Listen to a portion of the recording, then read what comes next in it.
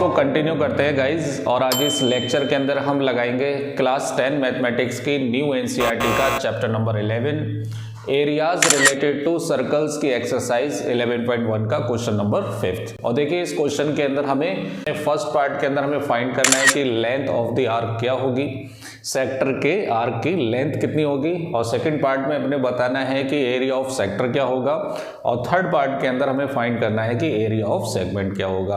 अब क्योंकि चैप्टर का नाम ही है एरियाज रिलेटेड टू सर्कल, तो सबसे पहले हम क्या करते हैं, फिगर बनाने के लिए सबसे पहले एक सर्कल बनाते हैं। और क्वेश्चन नंबर कौन सा कर रहे हैं हम, 5th, राइट। तो देखिए इसमें एक आर्क ले लेते हैं हम AB। क्वेश्चन पढ़ते हुए चलते हैं कि आर्क सेंटर पे कितना एंगल बनाएगी। तो in a circle of radius 21 centimetre an arc subtends an angle of 60 degree.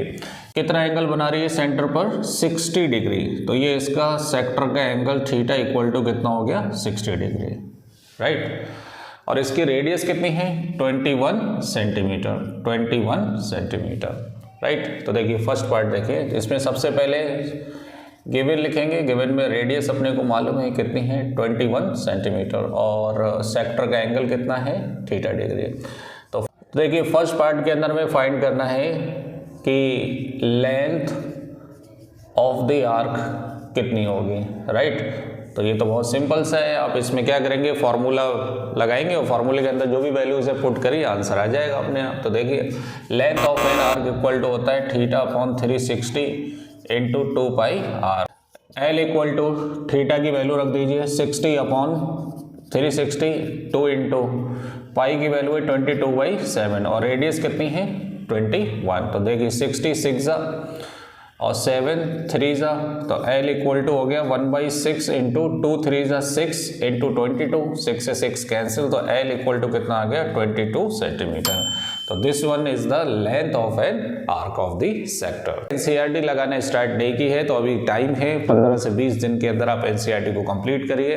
इसके लिए आपको इधर उधर भटकने की जरूरत नहीं है। चैनल पे प्लेलिस्ट में जाएं, ये फोल्डर सर्च करें न्यू एनसीईआरटी का, इसका लिंक भी मैंने डिस्क्रिप्शन में शेयर कर रखा है।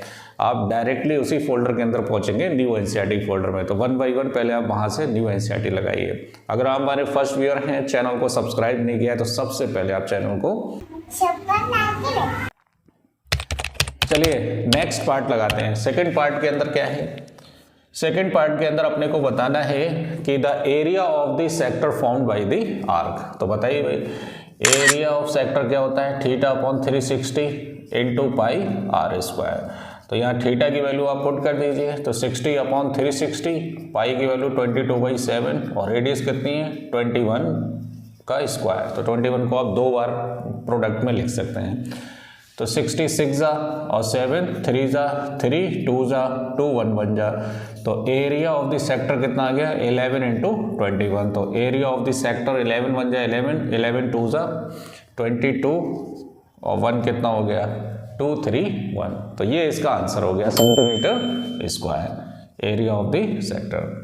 अच्छा, इसको मैं एक दूसरे मेथड से भी कराता हूँ। वैसे तो इसी से करें तो ज़्यादा बेटर है। अगर आपको एमसीक्यू के लिए चाहिए तो देखिए वो मेथड क्या है कि एरिया ऑफ सेक्टर अगर अपने को बताना है और लेंथ ऑफ एन आर्क मालूम है, ये एरिया ऑफ सेक्टर ही तो है, इसकी जो आर्क है अगर उसकी लेंथ आपको मालूम है तो फॉर्मूला होता है area of sector equal to half into length of an arc into radius. तो देखिए कैसे आएगा आंसर। देखिए ये हो गया 1/2, लेंथ ऑफ एन आर्क कितनी आई है अपने पास 22, और रेडियस कितनी है 21। तो 2 से कैंसिल कर दीजिए, तो कितना आ गया 11 इंटू 21। तो वही केस आ रहा है यहाँ। तो फिर से मल्टीप्लाई करेंगे तो 231 सेंटीमीटर स्क्वायर। इसको आप नोट कर लीजिए, फॉर्मूले को आप डायरेक्टली यूज़ कर सकते हैं अगर लेंथ ऑफ एन आर्क मालूम है, राइट। चलिए भाई थर्ड पार्ट लगाते हैं। ठेणे ठेणे ठेणे ठेणे। थर्ड पार्ट के अंदर अपने को क्या बताना है कि एरिया ऑफ द सेगमेंट, अपने को सेगमेंट का एरिया बताना है, वो भी माइनर सेगमेंट का। एनसीईआरटी के अंदर क्लियरली मेंशन है कि जब तक आपको स्पेसिफाई नहीं किया जाए कि ये माइनर है या मेजर है, तब तक आप सेगमेंट को माइनर ही मानेंगे, राइट। तो यहाँ पे ऐसा नहीं बोला है कि माइनर का निकालना है या मेजर का, तो अपने को माइनर ही मानना पड़ेगा।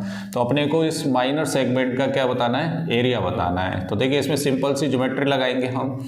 क्या ज्योमेट्री कि एरिया ऑफ सेक्टर में से एरिया ऑफ ट्राइंगल हम क्या कर देंगे, माइनस कर देंगे। तो एक काम करते हैं, यहाँ पे एक पॉइंट ले लेता हूँ मैं P। तो अपने को किसका एरिया बताना है, एरिया ऑफ सेगमेंट APB का एरिया बताना है अपने को। तो इसके लिए सेक्टर का एरिया हमारे पास आ चुका है। सेक्टर का एरिया कितना है 231। अपने को सिर्फ ट्राइंगल का एरिया बताना है। तो ट्राइंगल का एरिया आपको कुछ नहीं करना है, एक सिंपल से बेसिक फार्मूलाज से निकालना है, जिसमें मैंने दो फार्मूलाज के बारे में डिस्कस किया था। एक अपना जो बेसिक फार्मूला है half into base into height, और दूसरा फार्मूला आपका है एरिया ऑफ इक्विलेटरल ट्राइंगल। अगर आप प्रूव कर देते हैं कि ये ट्राइंगल इक्विलेटरल है तो आप डायरेक्ट इक्विलेटरल ट्राइंगल का एरिया यूज कर सकते हैं। तो देखिए इसके अंदर कौन सा ट्राइंगल बनता है ये। अब देखिए इस ट्राइंगल के अंदर ये दोनों side radii of same circle हैं, तो इसके सामने का ये एंगल, इसके सामने का ये एंगल आपस में इक्वल होंगे, है ना। तो देखिए 180 में से 60 हटाएंगे तो 120 बचेगा। 120 का बराबर पार्ट कितना हो गया, 60। तो ये इक्विलेटरल ट्राइंगल हो गया। तो इक्विलेटरल ट्राइंगल का एरिया आप डायरेक्ट क्या कर सकते हैं, यूज कर सकते हैं, लेकिन अपने को पहले शो करना पड़ेगा। देखिए थर्ड पार्ट के अंदर in triangle OAB, OA equal to OB कितना है 21 centimetre. So therefore angle OAB equal to angle OBA, है ना, इक्वल टू क्या मान लीजिए आप x, और ब्रैकेट में क्या लिखेंगे, opposite angle of equal sides. So therefore x plus 60 equal to 180 ASP angle sum property. तो 2x इक्वल टू 180 माइनस 60, ये प्लस का उधर जाके माइनस का हो जाएगा। तो 2x इक्वल टू 120, तो x इक्वल टू कैंसिल हो जाएगा 60। तो हम कह सकते हैं therefore triangle OAB is an equilateral triangle. OAB कैसा ट्राइंगल है, इक्विलैटरल ट्राइंगल है।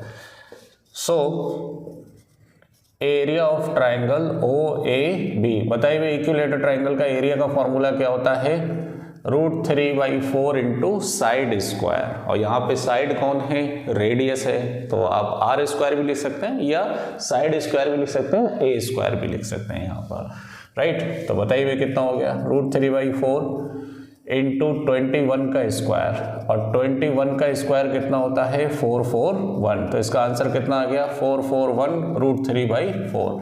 This one is area of triangle. Segment APB easily आप क्या कर सकते हैं, निकाल सकते हैं। कैसे, एरिया ऑफ सेक्टर में से, ये एरिया ऑफ सेक्टर है, एरिया ऑफ ट्राइंगल क्या कर देंगे, माइनस कर देंगे। तो क्या लिखेंगे, therefore area of segment APB equal to area of sector OAPB minus area of triangle OAB।